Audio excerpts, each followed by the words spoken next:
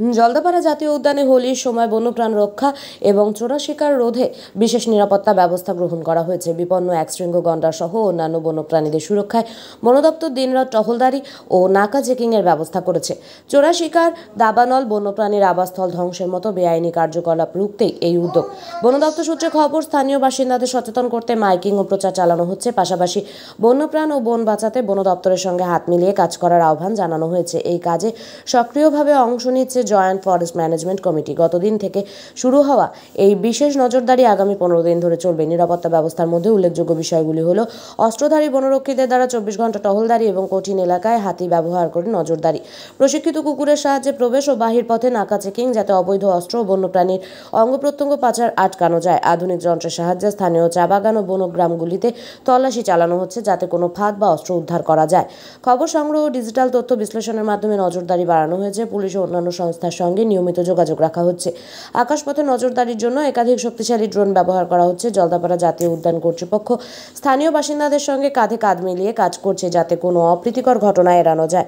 বন দপ্তর জানিয়েছে, বন্যপ্রাণ রক্ষা করাই তাদের প্রধান লক্ষ্য।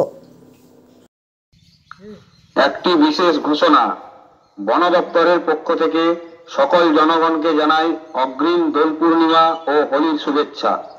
এতদ্বারা সকল জনগণকে জানানো যাচ্ছে যে বিনা অনুমতিতে জঙ্গলে প্রবেশ, আগুন লাগানো, পিকনিক করা এবং অবৈধভাবে বন্যপ্রাণী শিকার করা আইনত দণ্ডনীয় অপরাধ।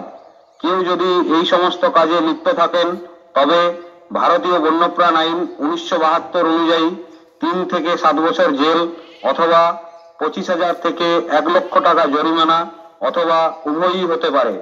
সকলকে আরো জানানো হচ্ছে যে জঙ্গল তীরবর্তী গ্রামে কোনো অজ্ঞাত ব্যক্তি ঘোরাফেরা করলে বা গ্রামে কোথাও আস্তানা নিলে অথবা কেউ বন্যপ্রাণী শিকার করলে তৎক্ষণাৎ নিকটবর্তী বন দপ্তরের অফিসে খবর দিন। সৌজন্যে বিভাগীয় বনাধিকারিক, জলদাপাড়া বন্যপ্রাণ বিভাগ। হলো যে দোল পূর্ণিমা উপলক্ষে আপনাদেরকে আগাম শুভেচ্ছা। Jaldapara wild life division Kodalbasti রেঞ্জের পক্ষ থেকে আদ্য ইংরাজি মার্চ মাসের 12, 13, 14, 15 এবং 16 তারিখ পর্যন্ত জঙ্গলে প্রবেশ করা নিষিদ্ধ।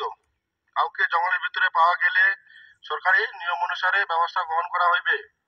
গ্রামে কোনো অচেনা বা সন্দেহজনক ব্যক্তি দেখা গেলে নিকটবর্তী বন দপ্তরে যোগাযোগ করিবেন। আপনাদের সহযোগিতা একান্তভাবে কামনা আশা করি।